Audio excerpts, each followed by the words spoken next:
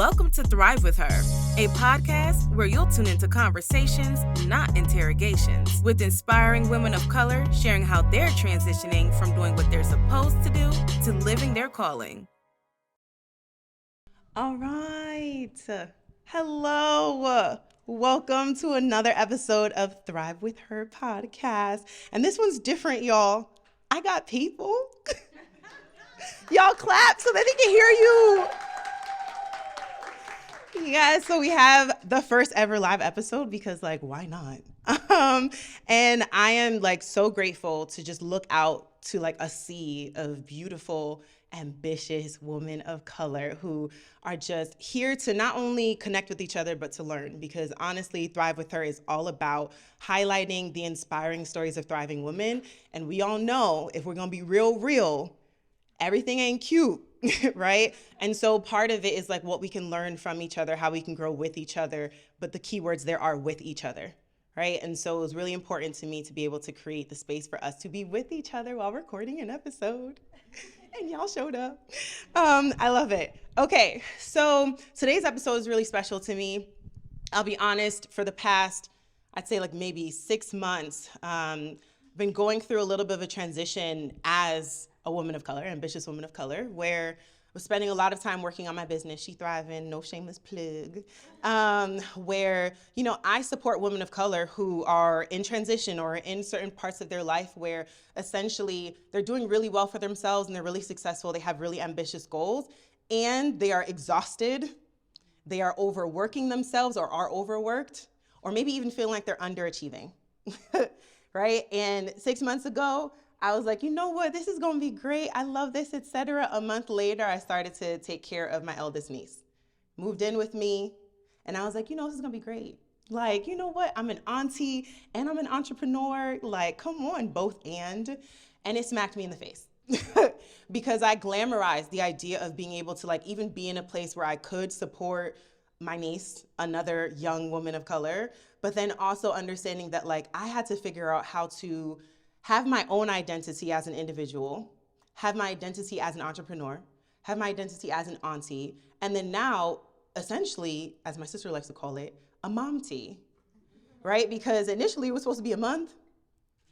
4.5 months later was when I eventually transitioned her into the world to start life.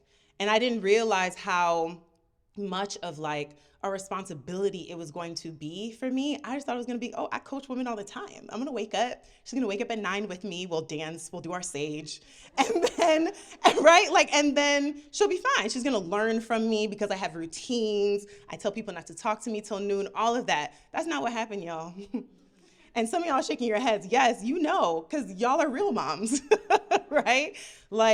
It smacked me in the face. And so this episode is really going to highlight the idea of both and how we can occupy and have to navigate so many different roles, right? And how we still make sure that we are in a space where we're prioritizing ourselves while we are meeting these different roles and while we are forming these different identities. Because Lord, I will tell you, I'm still licking my wounds and then also learning from it. Even with her being in another space, I'm back to being auntie, but that's a new responsibility because she lives nearby me now, right?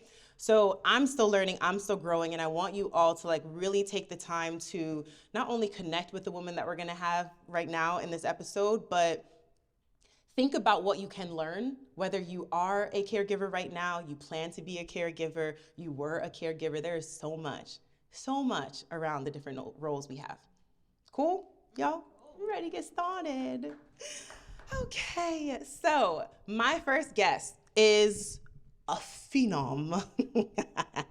Monica Laudermilk is, I don't even know what other words to describe her other than a phenom. So she works for a health and wellness company that's based out here in Phoenix, but is a global company. She is a vice president of research.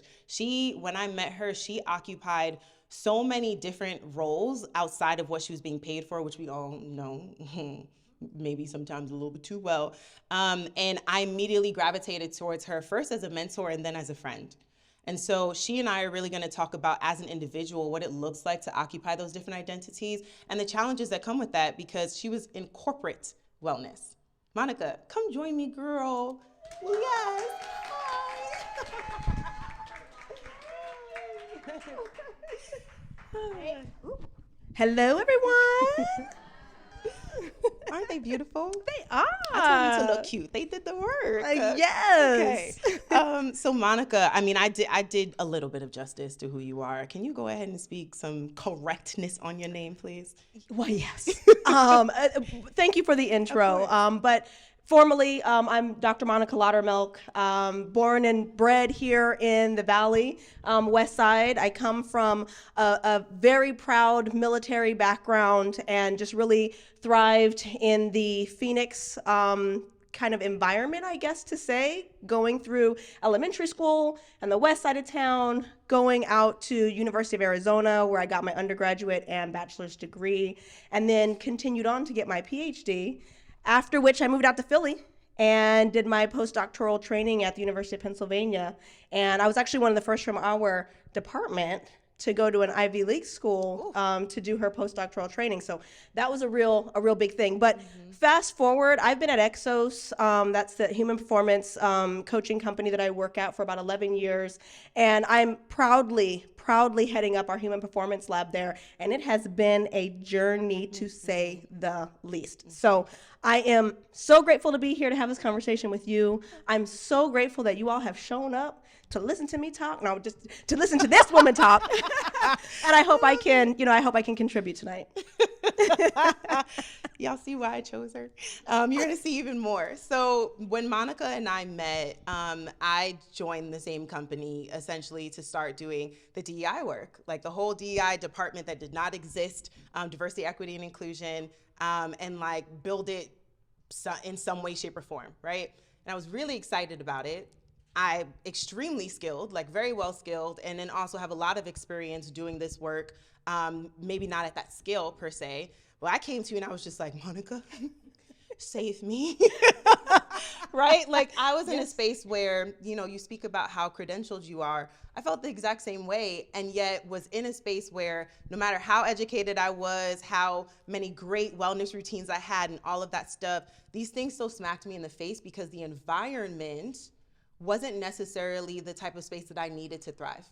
100%. I want you to talk a little bit about what it looks like to occupy a corporate space, corporate wellness, however you want to identify it, as a woman of color, not even that, as an executive woman of color. Yes. Oh, that's such a good question. And it's something that I'm still working through. I'll be honest. It's not as if I sit here today going, oh, I've got the answer. But what I can say is, for me, out of the gate, I was actually sharing with a few ladies earlier this evening that when I arrived, it was very clear to me that I was in a white male-dominant, not only industry, but company, and that I was the very first of my kind, meaning woman of color, young, PhD with formal academic training. And so I had a lot of ground to cover.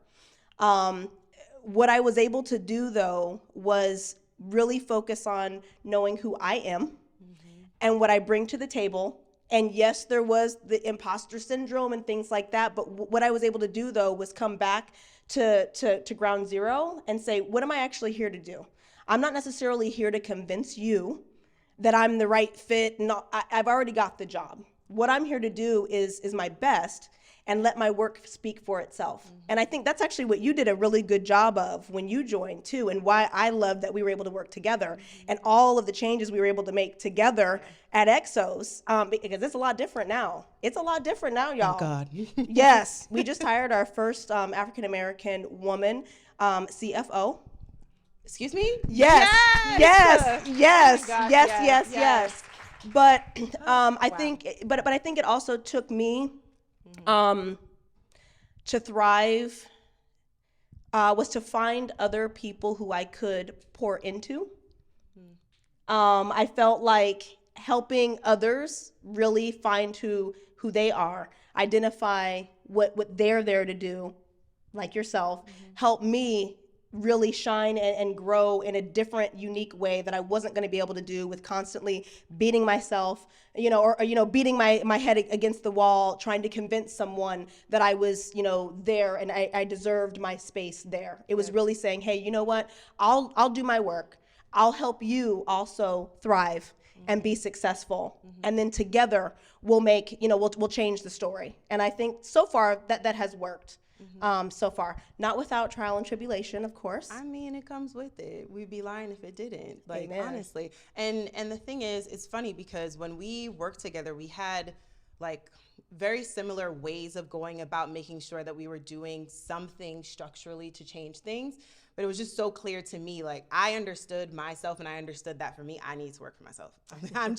That's a major identity for me. It was less about like this space truly can never be enough for me. It was more of like for me to be enough for myself, an identity that I need to occupy was being an entrepreneur. Right. And I knew that within corporate spaces that the best type of space for me was to do intrapreneurial things, right? So being an entrepreneur within an already created system and structure, which is what I was doing while at Exos. And then I had to ship, right? So the thing is, you're talking about, you know me, Monica. Yes, I'm I do. going to ask the questions. Yes. So you're talking about like ways that you were able to, one way that you were able to thrive was by pouring into others. Right.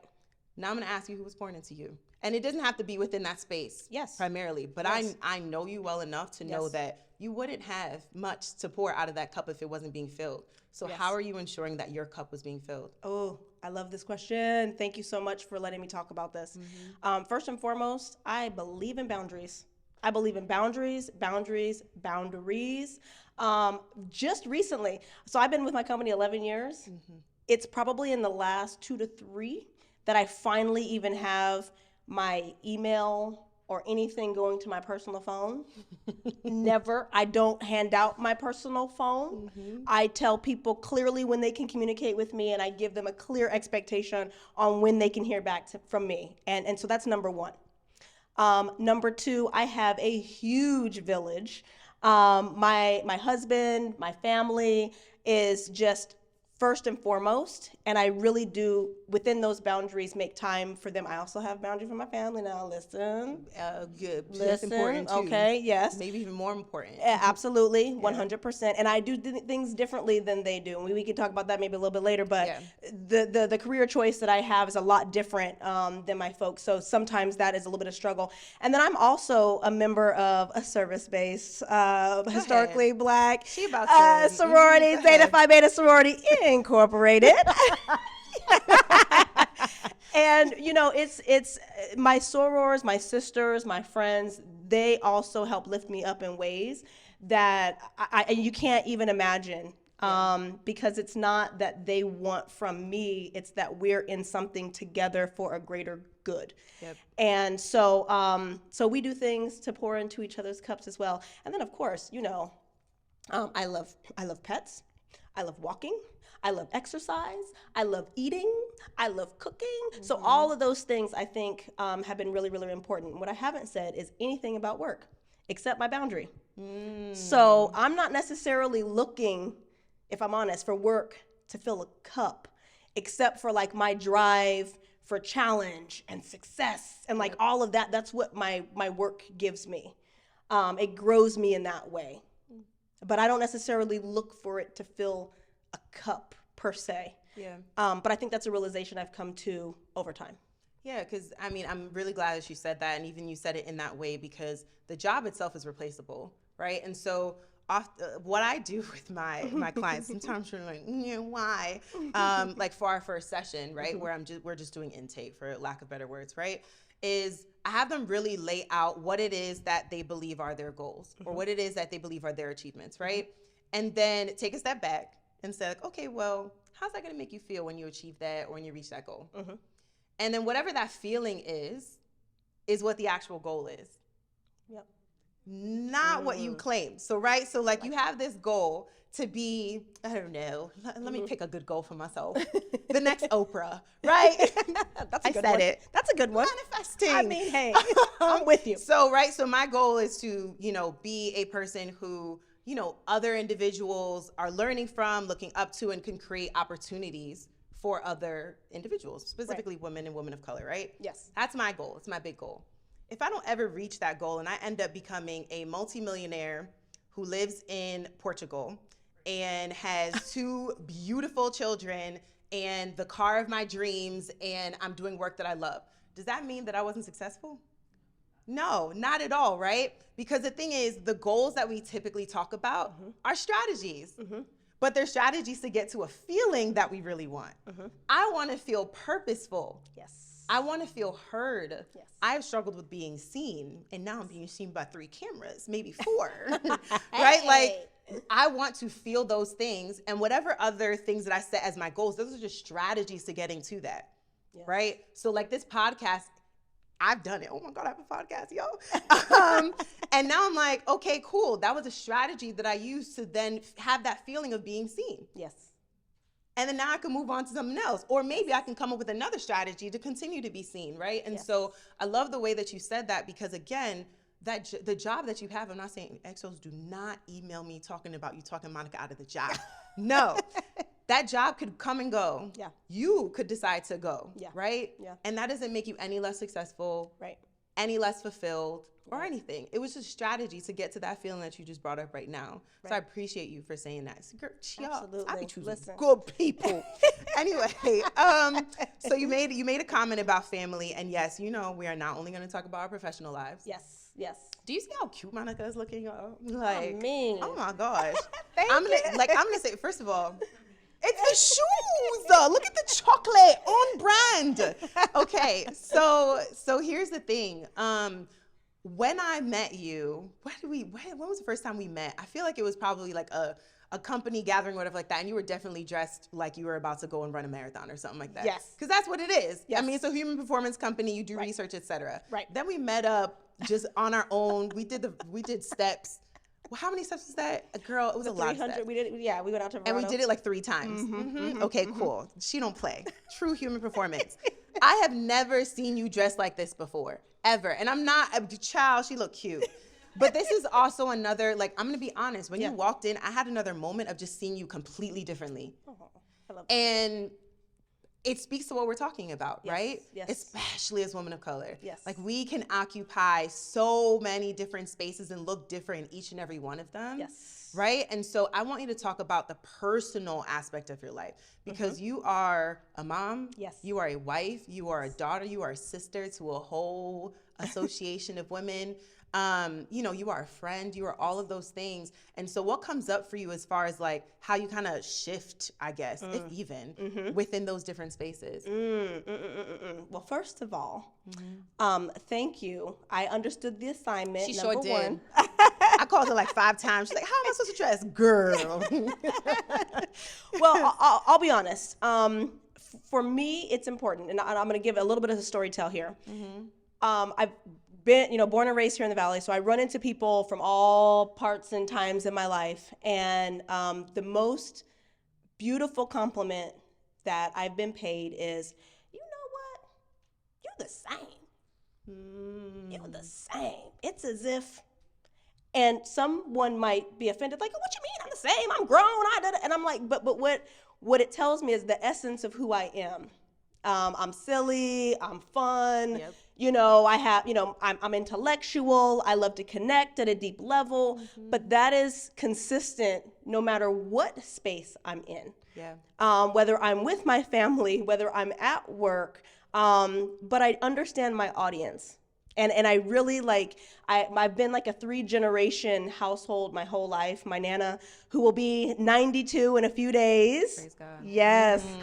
Has always lived with me growing up. And so some of those old school, lessons kind of come through, and it's always, like dress for the occasion, time and place, but don't shrink.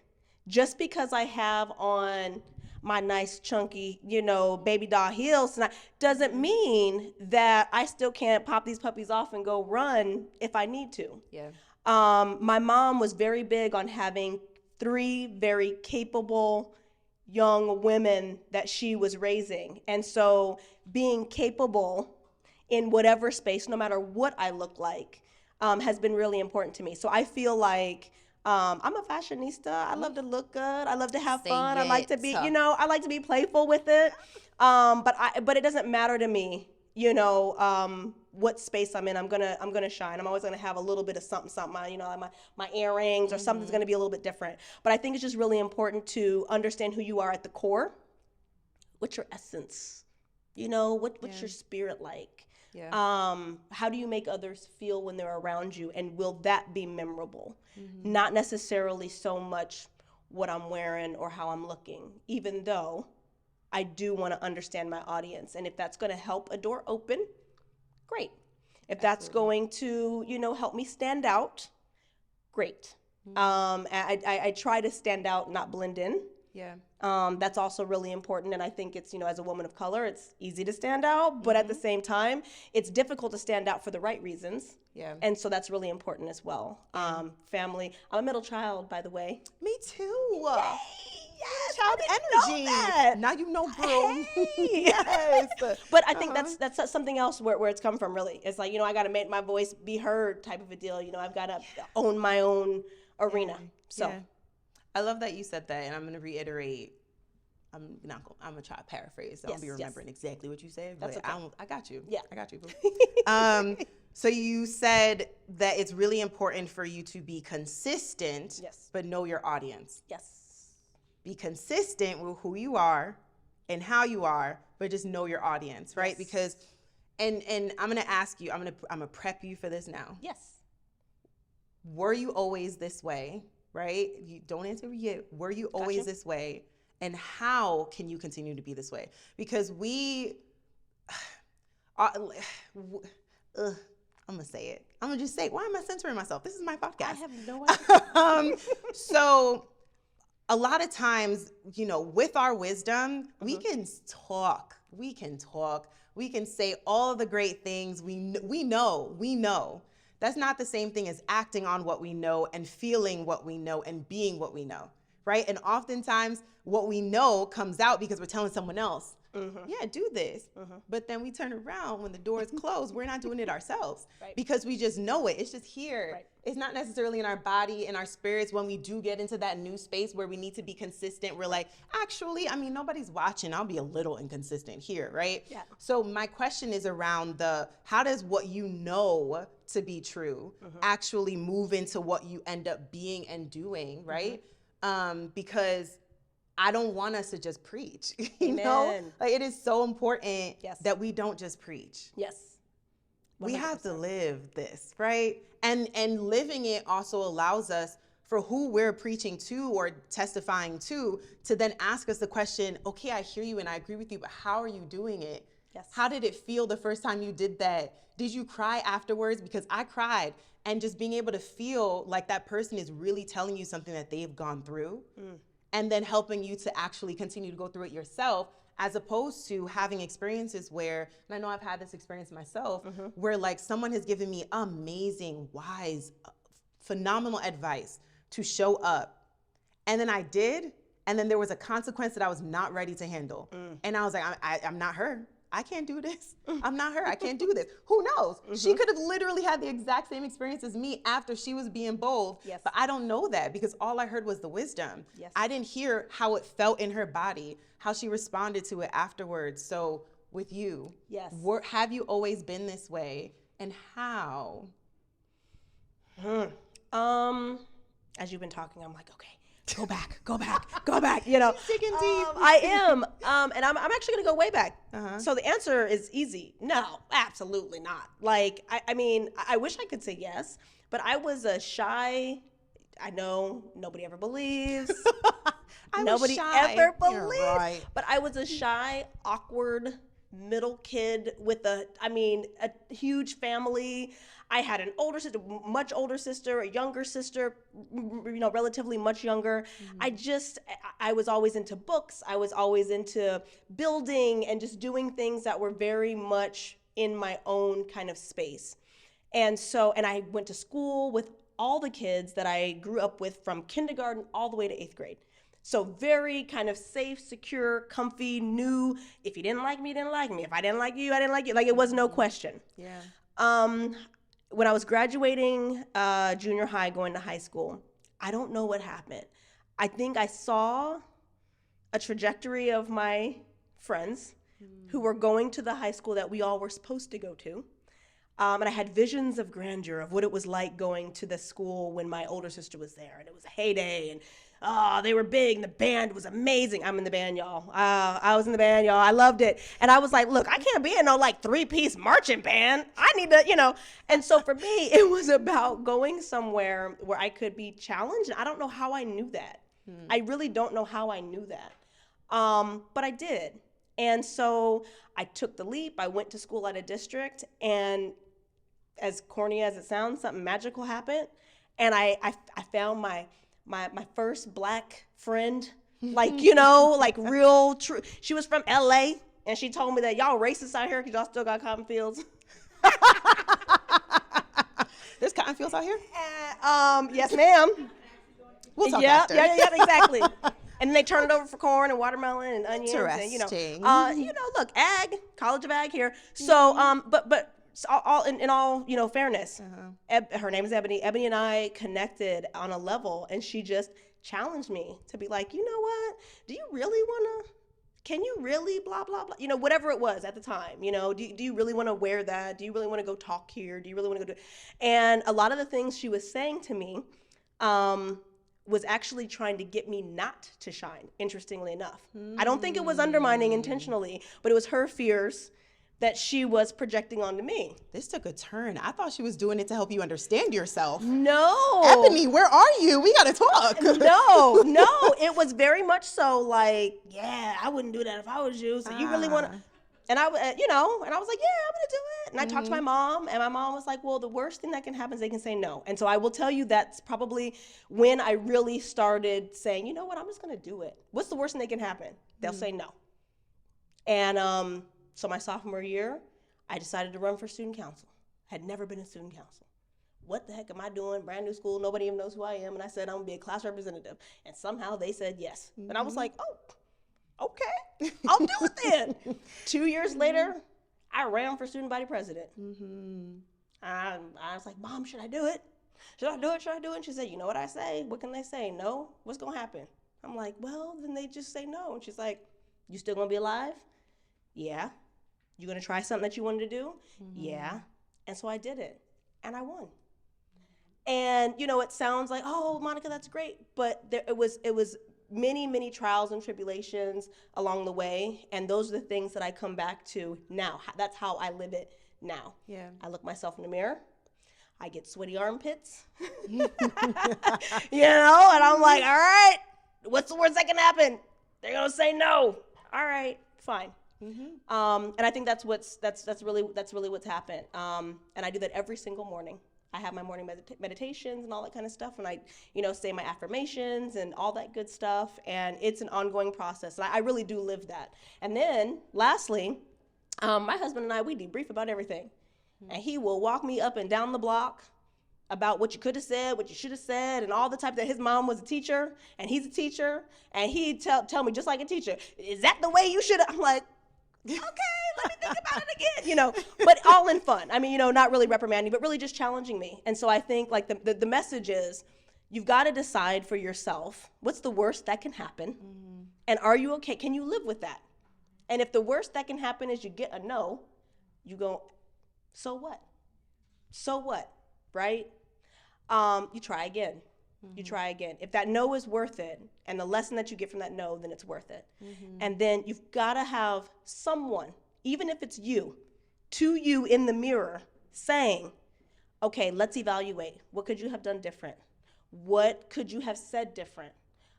Did your message come across? Did you come across that like you thought you were? Yeah. Maybe not, because perception is reality. So I could even be sitting here tonight thinking I'm doing great, and somebody's going like, what? And that's fair. I might have to, think about that. Oh, okay, I could reframe that a little bit differently next time, because if my goal is to get this point across, I need to make sure that I'm being thoughtful about it. So that's how I live it. I have not always been this way. I have worked at it, but I live it every single day. With routines. You have routines. Yes. I love a good routine. I know it. It's the Taurus in me. I love a good routine. I'm very protective of my mornings, but even then sometimes it's helpful to have a routine, because when you fall off of it, like that's when you realize that like, oh, this is actually really working, right? And then you start to pay attention to what is actually working, because sometimes we'll create routines. Yes. I'm going to meditate, and then I'm going to take a 5-minute walk every morning, and then I'm going to make a breakfast for myself every day, right? And then you're still feeling anxiety throughout the day. You feel rushed and panicked as soon as you finish eating that piece of toast. Yep. Right? But yet you feel like the most glorious human in the whole world because you did the walk. Right. Stop all of it and then realize what actually made you feel what you felt, and then keep that thing in your routine. Because a lot of times we give each other like, oh, and do this and do that and do that. Every practice doesn't work for everyone. I realized that when I'm swirling, I need to sit my butt down and journal. There is nothing that could gather me together more like journaling. And I realized that by not doing it. But when I took my walk, I was like, okay, hit or miss. We could have did this. I mean, it's really sunny out here. It's better than New York. Like, I mean, I got browner. You know what I mean? From being out here in Phoenix, all of that. But it wasn't making that much of a difference for me until, like, I started to realize, oh, I don't want to just walk. I want to walk with a friend. Hey. Because what's important to me is being able to walk and talk, because I'm an internal processor, right? And so when I walk by myself, there's like all of these thoughts that are flooding my head, and I'm just like overwhelmed by it. But if I'm with another person, I could just be like, yo, I was thinking about this thing, And so the process, like, you know, I can get it out, feel the nature, all of that stuff. So when you come up with routines and practices to continue to keep yourself in line with whatever it is that you're trying to do, make sure it works for you. Yes. And one trick to find out if it's really working for you is to stop it and then see if something changes. You are amazing. Thank you. I mean, I already knew that because that's why I brought you here. But like, you needed to know, everybody here. I know there, like, I see heads nodding and all of that stuff. You are amazing. Thank you. And I want you to know that, like, I appreciate you even more because you are allowing us to see like the multifaceted side of Monica, right? Yes. And how principled you are on making sure that you stay grounded in the fact that you are multifaceted. Yes. And you are not turning plain or Jane for any human in this world. Amen. I appreciate that for you. Thank you, and I appreciate that. Yeah! Y'all give it up for Monica. Thank you. Thank you so much. I'm excited to introduce you to one of our incredible sponsors for today's episode, Nori Home. They are a woman-owned, Black-owned brand that believes in the power of a few carefully chosen items so that you can transform a house into a home. Nori Home offers a thoughtfully curated selection of timeless, multi-purpose pieces, from stunning vases to versatile trays and so much more. Oh, and did I mention their commitment to sustainable materials? It is all about conscious living here. As a token of appreciation for our listeners, you can enjoy 10% off your purchase at norihome.com when you use promo code THRIVIN, THRIVIN at checkout. So go on, visit norihome.com. That's NOOREEHOME.com. And remember to use promo code THRIVIN as you join us in creating simple and joyful spaces with Nori Home. All right. So I got a lot more people up here, you can tell. Aren't they cute? All right. Yay, yes, clap them up. Clap them up. Okay. So I got to put respect on everybody's name. I'm going to do my best, but you are also going to do it for yourselves as well. Okay. So we have 3 phenomenal women, and I picked these 3 women for a very specific reason. As I mentioned at the beginning of, the episode, I became a momty and, navigating that was kind of tricky because in the first couple of months, I was going to a lot of people and asking for support and asking for advice and trying to figure things out, and then realized that a lot of the support that I was getting was helpful in theory, but wasn't helpful in actual practice, because either it was someone who wasn't an actual caretaker, or it was someone who was just supporting the me that was an individual before, not an individual who has a person to take care of, right? And so it was it wasn't hitting. And then I had a little moment where I realized, where I was okay, I need to reach out to my village that actually has some type of experience with this.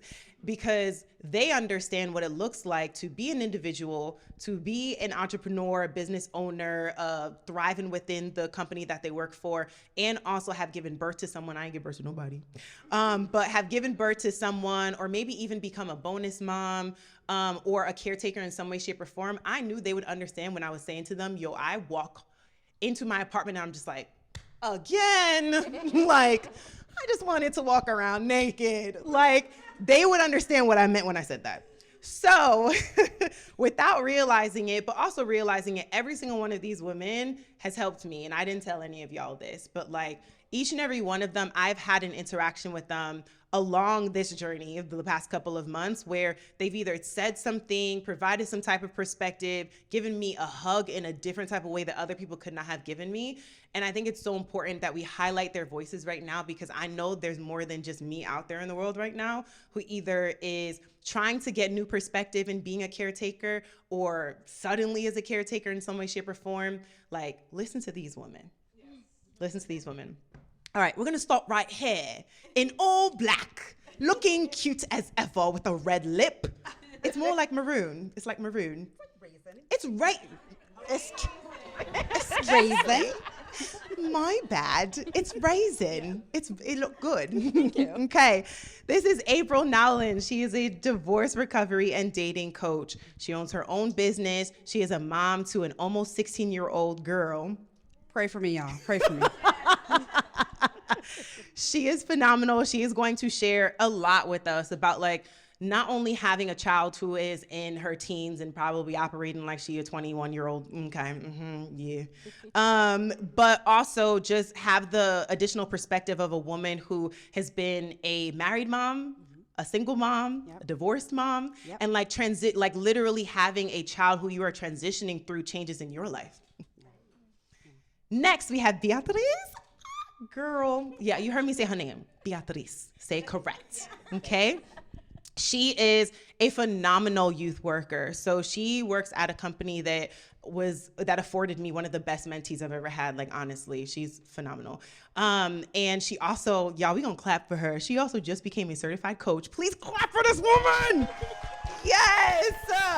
I'm so proud of you. I was literally with you when you were like, I think I'm gonna like do this. I think I'm gonna do a coaching program. And I was like, yes, please, 1000%. She has the perspective of a woman who has littles. She has littles and she is also a bonus mom, right? So she was a bonus mom before she became a mother to her own children. So her perspective is very unique from the mindset of like, she took in someone else's child that she chose to love, right? And then learn how to be a mom through that, and then how it's actually transferring over. But even more so, she works with youth on a regular basis. So she has grown herself in a way that allows her to put that into her own professional experience, but then also with her kids. We're like, she knows better and she's doing better. Yes. Ooh, okay. Stacy's mom, she's got it going. Is that the song? That's not the song. Okay, it's a song? Yeah. I got it. Okay, Stacy is a phenomenal esthetician. Don't worry. Her information will be in here if y'all in Phoenix. Okay, she's a phenomenal esthetician. She runs her own business, Brownstone Spa, out here in Phoenix. She is a mother of 2 girls. They are so adorable. And I'm sure you're going to say other things about them as well. And she has a perspective of being an entrepreneur, but an entrepreneur who actually started off working for a company first. And then by becoming a mom, realized this ain't it. And then also by becoming a mom, realized that like she actually had experiences where because she was a mother to these kids who she had to advocate for, like she ended up becoming stronger within herself. So I'm done talking. Y'all need to, I'm done talking. All right, so let's start off. Clap for them again. And they look good. Okay, so this is a question for like all of y'all, and it doesn't have to be like a first you go and then, etc. But I want you all to talk about what the experience has been like, just trying to navigate your identity as a human and then your identity as a mother, right? What has that been like for you? You go first. It has been like chasing a speeding train that changes tracks every month by being like, and also being sprayed with a water hose. Like, it's crazy. It's crazy. Our identities get so caught up in labels as women, right? So from the time we're little, we're someone's daughter, maybe sister, and then we get married, now we're someone's wife, and then we have children, we're someone's mom. And if you guys have children, you may have been so-and-so's mom and they don't even know your name, right? And so I think it's very important for us to take the time to understand who we are and what makes us unique so that those labels don't become our identity. They are just a part of who we are. In the work that I do, one of the things that I help women who are recovering from heartbreak do is to understand, who were you in the beginning? I ask the question sometimes, what do you like to do? And I'll have a woman who has been in a marriage for 20 years and she'll say, I don't know. I don't know what I like to do anymore. And so even as we take on those labels, remember the original ingredients, right? So I think about, let's say, a jar that has a candle that has a label on it, right? And on that label, it has what's inside, what it smells like, all these things. Well, as we take on these additional roles, other labels get slapped on that jar. And eventually you look at that candle, you're like, wait, what kind of candle was this again? And so we have to remember what our ingredients are. And so that's what helps us to not succumb to all the labels in our lives. Like me, I'm just April. And anytime someone's like, hi, Ray's mom, I just think, I'm still April. So just remember your ingredients. Remember who you are. I love that you say to yourself, like, I'm April, right? Because sometimes what we can do is we're so adamant about making sure that the other person knows, right? Like, no, they have to call me April. They need to know my name is April Nowlin. And I'm like, no, for what, right? And granted, to some extent, we do need to hold people accountable to put respect on their names, right? And be able to create a space for us to be more than just what it is that they're identifying with. And at the end of the day, what makes us feel icky about what just happened is in us, not in them. So you spend your time trying to change what's happening with them. It's not actually giving you the space to focus on what's going on with yourself, right? And being solid within yourself, which is what the amazing Monica was saying. See the connections? I appreciate you. Beatriz, you know you about to spit something. Yeah, I think for me, I think I'm still navigating that. I think because, yes, I was a bonus mom before. It was a different type of parenting. I am not the mom of my stepson, so there's different responsibilities. It's more of like a mentorship. So that was easier because I could give him back, right? Like to his parents. And I think now with like my 5-year-old, I think it was a little bit more of like, who am I? And then once she started becoming like 3, I was like, okay, I think I'm getting it back. And then I got pregnant. So then the second baby comes, right? And they depend on you. So I think it is definitely, I want to get to identifying the pieces of me, but I'm kind of just like melting right now with the candle metaphor, because that was lovely. So I haven't like completely said this is who I am. I think I'm still going through that. I mean, I appreciate the honesty, and see, is what I'm talking about. This is important, right? Because like you're even learning in that space, right? Like of just melting. The fact that you are open enough, vulnerable enough to even name that, like, lets me know that you are doing real well, like real well. And remember, I talked and your 2-year-old was like, hello. Like, was all in the conversation. I'm talking to your mom. What's going on right now, right? And so, like, honestly, I'm glad, and I'm happy that you differentiated yourself and you didn't necessarily take on a stance of like, yeah, no, I'm thriving and I'm doing this. Part of thriving, right? And I say this to a lot of people because some people are like, ask like, hey, let's do an interview. And they're like, I'm not thriving, I'm struggling. So you are thriving? Because like literally, if you look up thriving in the dictionary, it does not say phenomenal. It does not say figured it all out. Right. It literally says growing. Yeah. Grow, right? Growing is a process. You are not at a destination. You have not arrived. You may not even be cute. You might still be fuzzy. Little fuzzy bud. Not looking like a daisy yet, right? Like that is, but the thing is, it's still an action, right? Because like what you're naming right now is, if you're melting, that is an action. You are still actively going through the process. You are not at the whim of it. You are not just standing still like, I'm just gonna give my child what they need and then that's it. No, you're evolving. And so I'm just ever grateful for you to just name that for everyone. Stacy, chime in here. Gosh, that was all so good, and I can relate to everything you all said. I definitely connect with the labels. I was very much, especially going into motherhood, like, okay, I'm a mom now. So there's certain things I'm supposed to do. There's certain things I'm going to prepare. And I had the blueprint of my own mother, who's phenomenal. Like both my parents worked full time. I'm an only child, so spent a lot of time reading books as well. Take me to the library. I loved it. And I just remember her always being so polished, always being there. And she'd get home around 4:30, meal made, like everything. And I was struggling. My first pregnancy, I was so sick I couldn't do anything really. So my husband would cook. So I was like, well, I don't have to do that anymore. Mm-hmm. But like to keep a house clean, I'm like, Mom, how did you do this? Like, how did you work full time, take care of me, take care of your husband, take care of the household, and still do other stuff? I can't do it. So I found myself struggling a lot. And similar to you, my oldest daughter was 3 when I found out I was expecting our second daughter, and it messed up my whole plan. My plan was I was going to leave my job. I was going to go to school to become an esthetician.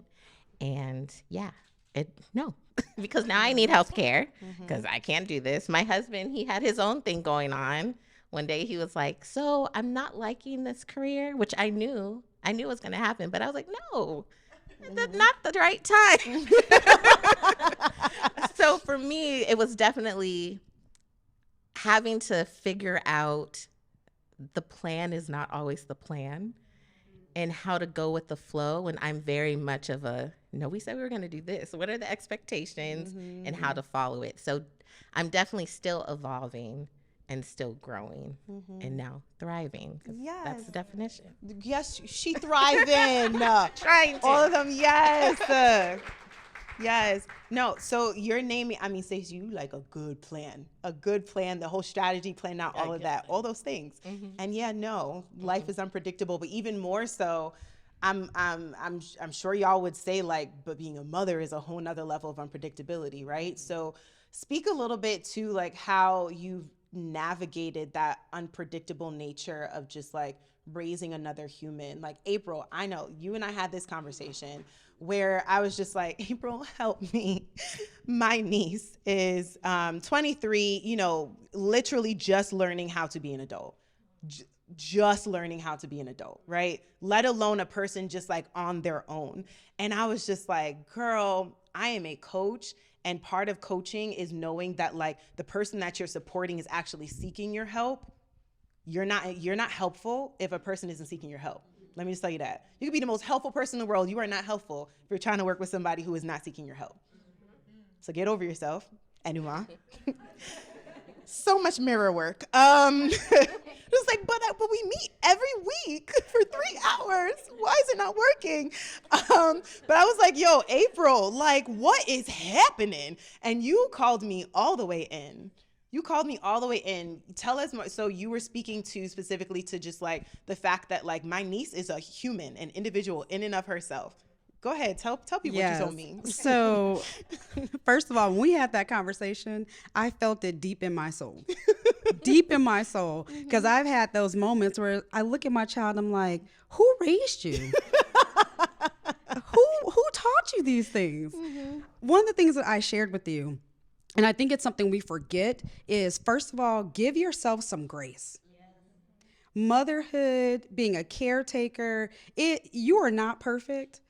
And the only person that's going to put you in that box of perfect is you. So get out of that box. You're not perfect, and it's okay. Give yourself some grace. So the other thing we talked about was that we forget that our children are people, right? So I know when I grew up, it was the be seen, not heard. You don't have a voice. Your opinion doesn't matter. You do what I say, all these different things. And while some of that played well, but I would venture to say that everyone in this room would agree that a lot of that was very detrimental to discovering who we are and our identity and using our voice, right? Absolutely. And so we have to remember that our children are going to make decisions that are against everything that we have taught them because they're their own people. And one of the things that we can do to support that and to ease our mind is to remind ourselves that our children have a characteristic, they have interests, they have personalities, all these things. It is not our job to make them who they are. It is our job to support them in who they are. So my daughter, very opinionated like me, right? She does things that I wouldn't normally do sometimes. And I'm like, why don't you do it this way? And she's like, but it worked the way I did it. And I'm like, you know what? You're right. You ain't wrong. And so take the pressure off of yourself of like, this child has to be exactly the way I think they're supposed to be. Let them make mistakes and then pick them up and say, all right, you made that mistake. What'd you learn from it? Did you learn something from it? What are you going to do differently? But allow them to be people. One of the things that my friends would laugh at me about, my daughter was like 4 or 5. I would tell them she has the right to tell me she doesn't want to do something. Now, that doesn't mean she doesn't get to do it, but she has the right to tell me that she doesn't want to. Now, here's the catcher. You have to tell me why you don't want to. So I was a tomboy growing up. My daughter's a tomboy, plays competitive basketball. But when she was about 5, she was like, I don't want to wear dresses anymore. And I'm like, well, but you look so cute and you're my little doll. She's like, no, I don't want to. So I said, well, why don't you want to wear a dress to school? She goes, well, I like to play and I can't flip and run in a dress. And so I was like, okay, you're thinking through why you want to make this decision. And so instead of me telling her, well, you're just going to do this, you have to tell me why you don't want to so that she can learn to articulate what she needs and learn to use her voice for what she needs. So just remember, they're little people, they're little humans. So sometimes I have to treat them like little humans. And I mean that's skill development, right? Yeah. And I can't speak to anybody else in this space. There was not that happening when I was growing up, right? Like of just, it's either you do or you don't do this. Yeah. If you do this, because there's a cultural aspect for me too, it looks bad on your family. It's not even it looks bad on you. You will embarrass your whole family if you choose to do that, right? And so it's a lot of like fear mongering, if anything, like don't do this because et cetera. But you're doing skill development with your child. And Beatriz, I need you to step in on this, right? Because you talked to me a little bit about like how mindfulness has played a role, like in how you approach like your work, but even more so how you approach motherhood. Like, can you tell us more about that? Yeah, I think it kind of goes back to like practices, right? Like in the morning, I also kind of have a ritual. I wake up at 5 and have my own space when I can, because the littles then see the light and they're like, hey, Mom. She's awake. Let's play. And I'm like, no, go back to your room. But yeah, I think just being able to have even 5 minutes, and it's just that, like being flexible with my practices and saying like, even if I have 1 minute to myself because the baby like follows me right behind me, that's okay. And I think also like my husband he was a Marine, so he's very like, things have to go this way. He was also raised in like, you do what I say. So I'm trying to bring in a whole different type of parenting. So we clash. And it's just a reminder of like, okay, come back to me. Like, why do I want to do this type of parenting? And I have to explain it to him of like, we want to be able to make adults. Like, these little people are going to like keep our society going. So if we talk down on them, that's what they're going to want to do when they're older. They're not going to build this mindset. And I think that's something I'm struggling with, is like believing in myself. And I think it was, and I'm not saying like my parents did a horrible job, right? They did what they knew was best at that time. But now I'm also trying to like believe in myself. And like, again, it's like looking inward and saying, what do I want for myself? And what do I want for my kids to be able to grow up and say like, yes, I have my own voice. I want to do this. So yeah, I think it's really just looking inside. Yeah. You're prioritizing yourself. Like all of those actions, those routines that you're going into, you're prioritizing yourself and modeling that as well for all of the people who are around you too, right? Of just, it can be, I don't know what it's like to raise littles, right? And I could only imagine that like time is limited. Time by yourself is limited. We all see on Instagram, I don't have TikTok, but on Instagram, like where they'll show the kid and be like, what is this? What does mommy use this for? And the kid knows exactly what mommy uses that for because you have no private space, no personal space, all of that. But what you're speaking to is like your understanding not only of the fact that you are raising adults. Your child might be 5 years old right now, but it doesn't matter. You are raising an adult.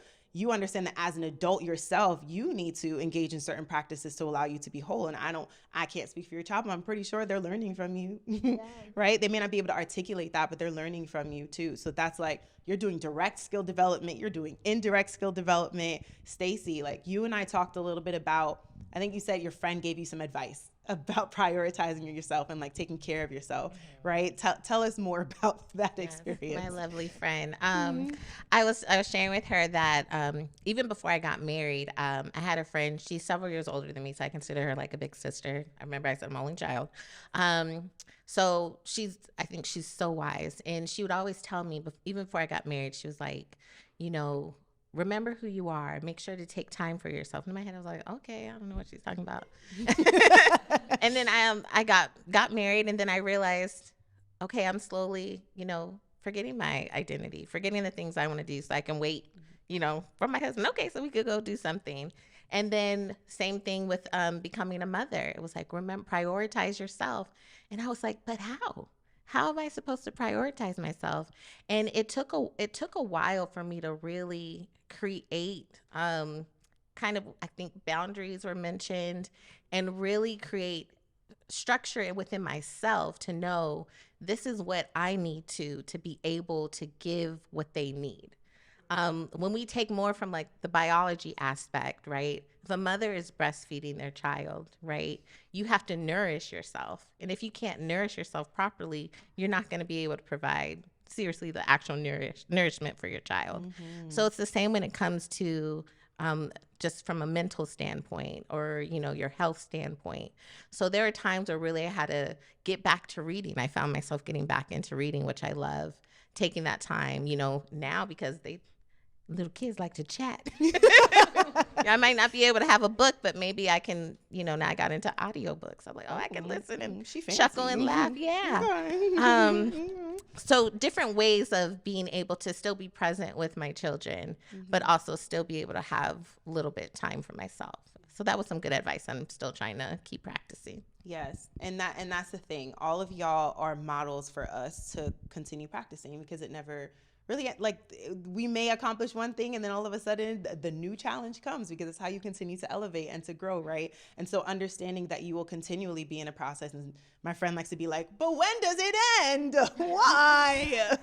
I feel you, shorty. And it can end whenever you want it to. You can literally stop growing. Have fun. We can't be friends anymore. But like, you know what I mean? It's a continual process, but something that each and every one of you brought up was a form of support that you have. Right? Whether they're in your home or outside of your home, you have support. And y'all got my support too, because y'all fly. Y'all got our support as well. Like, y'all clap it up for these 3 phenomenal women. Thank you so much. Y'all, this was a phenomenal episode. Honestly, I just want to give a very generous plug to our sponsors. So the space that we are in is called Culture Hub. It is a revolutionary workspace. It is a Black-owned workspace, the first Black-owned workspace in Phoenix. Yes, yes, yes. Thank you for housing us, Culture Hub. Our sponsors for the podcast as well. Ala Herbs. Oh my gosh. Ala Herbs out here making wellness easy. And then on top of that, Nori Home, which is multi-purpose, timeless pieces for your home. I will put all of their information in the show notes so that y'all could definitely be patrons. Thank you for showing up. Thank you for showing up for yourself, for showing up for this moment. And I can't wait to give y'all next. Our episode next is going to be so great. Bye, y'all. Bye. Bye. Thank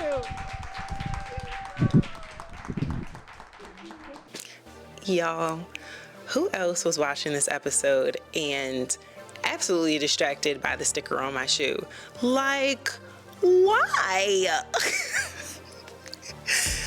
This episode was so much fun to record, and not just because we had a live audience, but because the guests, they were just so open, so vulnerable, so willing, so honest, and there's something to be said about being able to witness that, let alone actually be a part of it. And so I am ultimately grateful, and even more grateful for you for tuning in. So make sure you don't miss the next episode. You gotta subscribe for that. Also, feel free to leave me a review. I promise I will read it. But before you go, slow your roll. I got a word for you. And this word is self-honesty. If there is anything that you gathered from being a viewer or a listener of this episode, I hope that it is how powerful it is to just be open and honest with yourself and about yourself. Each and every one of these women lean into this conversation with just openness and vulnerability that allowed for connection, that allowed for us to see them, and then also in their lives allowed them to receive support. So having that level of self-honesty can just change the trajectory of any growth journey that you're on. It can shift the dynamics in the relationships that you have, especially the ones that you want to deeply nurture. Be honest with yourself about who you are, about what it is that you want, about what it is that you're going through. There is no weakness in any of that. If anything, you open up the space for a pool of wisdom and seas of support. You like what I just did? All right, y'all. Until next time, thank you for tuning in to Thrive With Her podcast.